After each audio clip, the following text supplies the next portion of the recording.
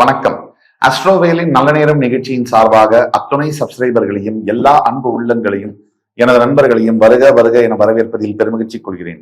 வக்ரதுண்ட மகாகாய சூரிய கோடி சமப்பிரப அவிக்னம் குருமே தேவ சர்வகாரியேஷு சர்வதா.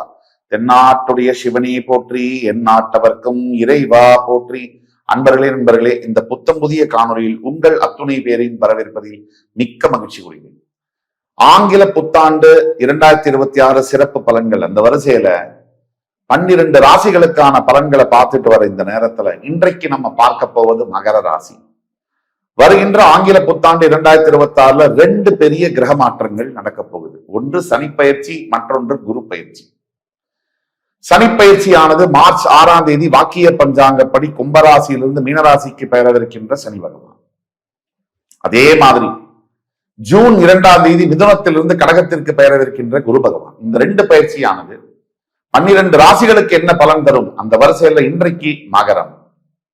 காலபுருஷ தத்துவத்துக்கு 10ஆம் வீடு கர்மஸ்தானம்.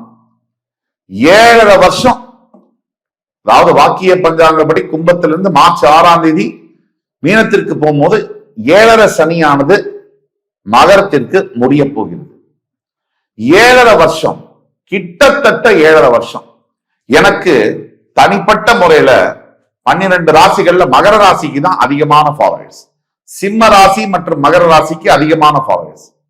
கடந்த 7 ஆண்டு மகத்தான இந்த மகர ராசி மக்கள் எண்ணற்ற துன்பங்கள், கிட்டத்தட்ட பல லட்சக்கணக்கான மகர ராசி என்பவர்களுக்கு வேலையை இழந்து, உடைமையை இழந்து, உறவை இழந்து, உரிமையை இழந்தாச்சு.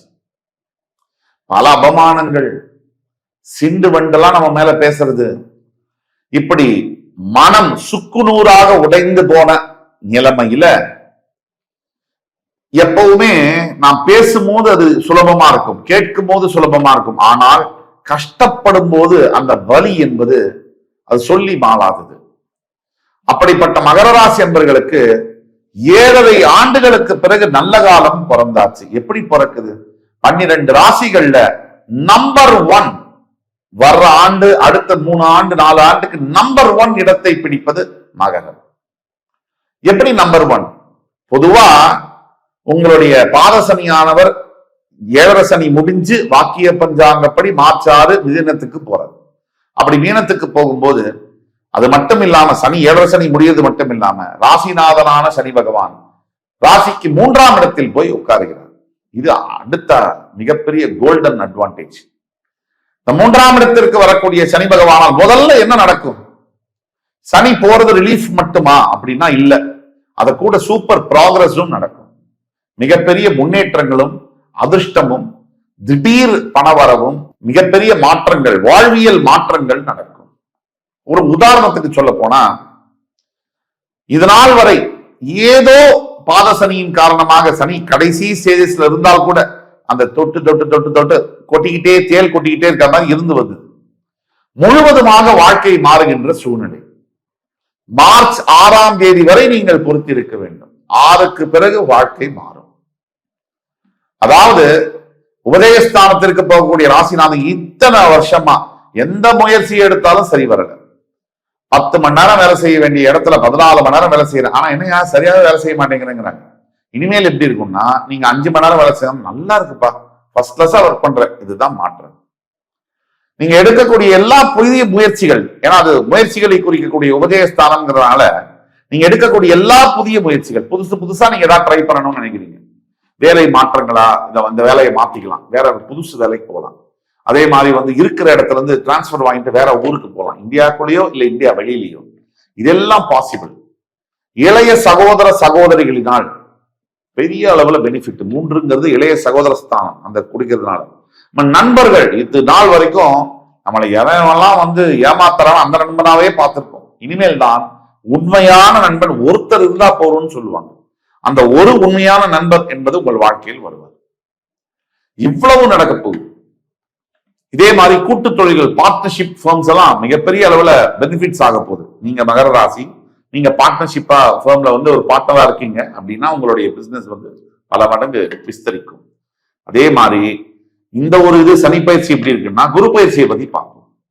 சரியாக குரு உங்களுடைய 6ஆம் இடத்திலிருந்து பெயர்ந்து 7ஆம் இடத்தில் வந்து உச்சம் பெற்று உங்களுடைய 11ஆம் வீடு, ராசி, 3ஆம் வீடு இந்த இடங்களை பார்க்க போகிறார். இந்த 11ஆம் வீட்டை குரு பார்வை விழுந்தாச்சுன்னா என்ன அர்த்தம் அப்படின்னா, பொருளாதார நிலைமை என்பது 11 லாபஸ்தானம், பொருளாதாரம், வருமானம் எங்கிருந்து வரும்? இன்னைக்கெல்லாம் வாழ்க்கைன்னா என்ன? காசுதான். காசு இருந்தா எதை வேணா பண்ணலாம். காசு இல்லைன்னா நாம நம்மளையே மதிக்க மாட்டோம். காசு இருந்தா நீங்க யாரையாவது மதிக்கலைன்னா கூட வாழ்க்கை நகர்ந்து போகுது. அப்படிப்பட்ட உலகமா மாறிடுச்சு. ஆக காசு, அந்த காசு வரக்கூடியது 11ஆம் வீடு. அந்த வீடு மேல குரு பார்வை விழுந்தால் பூர்வீக சொத்து கிடைக்கிறதும், காசு, பொருளாதார நிலைமை, அதாவது ஒரு சாதாரண வேலை, ஒரு 30,000 ரூபாய் வேலை பார்த்து நான் பழச்சிட்டு இருக்கேன், என்னுடைய வாழ்க்கை தரம் என்பது உயருமா? 35,000 என்பது வாழ்க்கை தரம் உயராது. சம்பளம் 5,000 ரூபாய் ஏறினாலாம். வாழ்க்கை தரம் உயர வேண்டும் என்றால் 1,00,000 ரூபாய் வரைக்கும் சம்பாதிக்கணும். திடீர்னு சொந்த வீடு வாங்கணும், நிலம் வாங்கணும், லம்பா பணம் கிடைக்கணும், பெரிய அளவிலான தொகை கிடைக்கணும். அதெல்லாம் தரக்கூடிய அளவில் குரு தனகாரகன் உங்களுடைய லாபஸ்தானத்தை பார்வையிடுகிறார். ராசியை மேது குரு பார்வை ஸ்ட்ரைட்டா விழுது ஜூன் 2க்கு மேல. முதல்ல மார்ச் 6 ஏழரை சனி முடியுது. அடுத்த 3 மாசத்திலே குரு பார்வை விழுது ராசி மேல. அப்படின்னா என்ன அர்த்தம்? இறைவன் பார்வை நம்ம மேல விழுதுன்னு என்ன அர்த்தம்? நம்மளுடைய புத்தி வந்து சரியா வேலை செய்யும், நம்மளுடைய எண்ணங்கள் சரியா இருக்கும், நம்மளுடைய பேச்சு சரியா இருக்கும், நம்முடைய செயல்கள் சரியா இருக்கும். இந்த 3ம் சரி இருந்ததுனால் வாழ்க்கை எப்படி இருக்கும்? சூப்பரா இருக்கும். அப்ப இறைவனுடைய நேரடி பார்வை விழும்போது நம்முடைய வாழ்க்கை வந்து மாற்றங்கள் அடையுது. ஒரு ஆன்மீக பலம், மனசுல தைரியம், தன்னை அறியாத ஒரு உற்சாகம் எல்லாம் பிறக்கும். அப்ப ஜூன் 2 வரைக்கும் காத்திருந்து இதுக்கு முன்னாடி பல நிகழ்ச்சிகள்ல மகர ராசிக்கு நல்லா இருக்கும்னு சொன்னீங்களே, உண்மைதான். தனிப்பட்ட பிறப்பு ஜாதகத்துல சில கோளாறுகள் இருந்தால் நான் சொல்வது வேலை செஞ்சிருக்காரு. கோச்சார ரீதியாக சில ஏற்ற இறக்கங்களோடு தான் கடந்த 4-5 ஆண்டுகள் இருந்தன.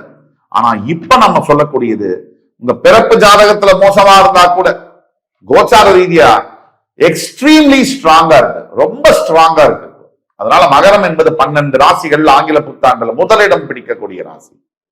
அப்ப குரு பார்வை, இறைவனுடைய பார்வை உங்க மேல விழணும். அதாவது நான் ஒண்ணு சொல்றேன் கேட்டுங்க, படிப்பு படிச்சிருக்கலாம், பணம் இருக்கலாம், பதவி, புகழ், பேர், எதவானா இருக்கலாம், இறைவனுடைய அனுகிரகம், ஆசீர்வாதம் இருக்கா இல்லையா, இவ்வளவுதான் பேச்சு. அந்த இறைவனுடைய பார்வை நம்ம மேல விழணும்னா என்ன அர்த்தம்? குரு பார்வை, தேவகுரு பிரகஸ்பதியினுடைய நேரடி பார்வை, சம சப்தம பார்வை. இறைவன் பார்வை நம்ம மேல விழுந்தா நம்ம யாரையாவது செய்ய போனோம், நம்ம பார்த்தாலே வழிவிட்டு நமக்கு என்ன செய்யணுமோ அதை அவங்களே செஞ்சு கொடுப்பாங்க. அதுதான் இறை பலம். முகத்திலேயே ஒரு தேஜஸ்ல மாற்றங்கள் இருக்கும், ஒரு தன்னை அறியாத ஒரு உற்சாகம், இது நாள் வரைக்கும் ஒரு சந்தேகம், சஞ்சலம், மன சோர்வு, மன அழுத்தங்களா அதெல்லாம் போய் தன்னை அறியாத ஒரு மன உற்சாகம் எல்லாம் இருக்கும். அதே மாதிரி குரு பகவானுடைய 9ஆம் பார்வை என்பது உங்களுடைய உபதேசஸ்தானத்தின் மீது விழுவதனால், ஆல்ரெடி அங்க ராசிநாதன் இருக்கார், உபதேசஸ்தானம் மேல குரு பார்வை விழுந்தா என்ன ஆகும்னா, இதுதான் ஜாக்பாட், உண்மையான ஜாக்பாட்டுங்கிறது. இதாவது அடுத்த நிலைக்கு ஒரு மனுஷன் போகணும்னாலே, இருக்கிற இடத்துல இருந்தா ஒண்ணுமே நடக்காது. அடுத்த நிலைக்கு போகணும்னா என்ன பண்ணணும்? முதல்ல முயற்சியை எடுத்து வைக்கணும். முயற்சி எடுக்கிற எல்லாருக்கும் ஜெயிச்சிடுதா? எல்லாரும் தான் முயற்சி பண்றாங்க, உழைக்கிறாங்க, கடினமா உழைக்கிறாங்க. எல்லாருக்கும் வெற்றி கிடைக்குதா? இல்ல. ஏன் ஒரு சிலருக்கு மட்டும் வெற்றி கிடைக்குது, ஒரு சிலருக்கு வெற்றி கிடைக்கல? நேரம், காலம். என்னதான் நான் உழைப்பை போட்டாலும், என்னதான் சில விளையாட்டுலயே நீங்க பாத்தீங்கன்னா, ஒரு சில கிரிக்கெட் மேட்சஸ்ல அருமையா விளையாடி இருப்பாங்க ஒரு பேட்ஸ்மேன், ஆனா அவருடைய அணி வெற்றி பெற்றிருக்காரு. இப்போ ஒரு சிலர் பாத்தீங்கன்னா அழகா இருப்பாங்க, நல்ல பணம், குணம் எல்லாம் இருக்கும், கல்யாணம் நடக்காது. என்ன ஒண்ணு வேண்டி இருக்கு? ஆண்டவனுடைய அனுகிரகம். நீங்க முயற்சி எடுத்தா போதுமா? பலன் கடவுள் கொடுக்கணும்ல. அதைத்தான் குரு பார்வை மூலியமாக, குருவுடைய 9ஆம் பார்வை உங்களுடைய 3ஆம் இடத்தில் சனி பகவான் ராசிநாதன் மீது விழும்போது நீங்க என்ன, அதாவது சும்மா நினைச்சாலே நடக்கும், அந்த மாதிரியான அந்த காலகட்டத்துக்குள்ள நீங்க உள்ள வரீங்க. ஒட்டு மொத்தத்துல மகர ராசி என்பவர்களுக்கு இந்த ஆங்கில புத்தாண்டு என்பது கிட்டத்தட்ட ஒரு 30 வருஷத்துக்கு பிறகு ஒரு சூப்பர் டூப்பர் இயராக வருது. மகர ராசி என்பவர்களுக்கான பரிகாரம் அப்படின்னு நம்ம சொல்றதுக்கு ஒண்ணும் இல்லை, ஒரே ஒரு பரிகாரம். கொஞ்சம் முயற்சி, கொஞ்சம் நல்ல நம்பிக்கை, தன்னம்பிக்கை, கொஞ்சம் பாசிட்டிவான தாட்டோட போனீங்கன்னா இதுவரைக்கும் கடந்த காலத்துல நடந்ததெல்லாம் மாறி புதியதோர் உலகம் படைப்பீர்கள். மகத்தான மகர ராசினியர்களே, இந்த எபிசோடு உங்களுக்கு பிடிச்சிருக்கும்னு நம்புறேன். அடுத்து வரும் காணொலியில் மறுபடியும் உங்கள் எல்லோரையும் சந்திக்கும் வரை உங்களிடம் இருந்து விடைபெறுவது உங்கள் சுபாஷ் பாலகிருஷ்ணன். நன்றி, வணக்கம், வாழ்க வளமுடன்.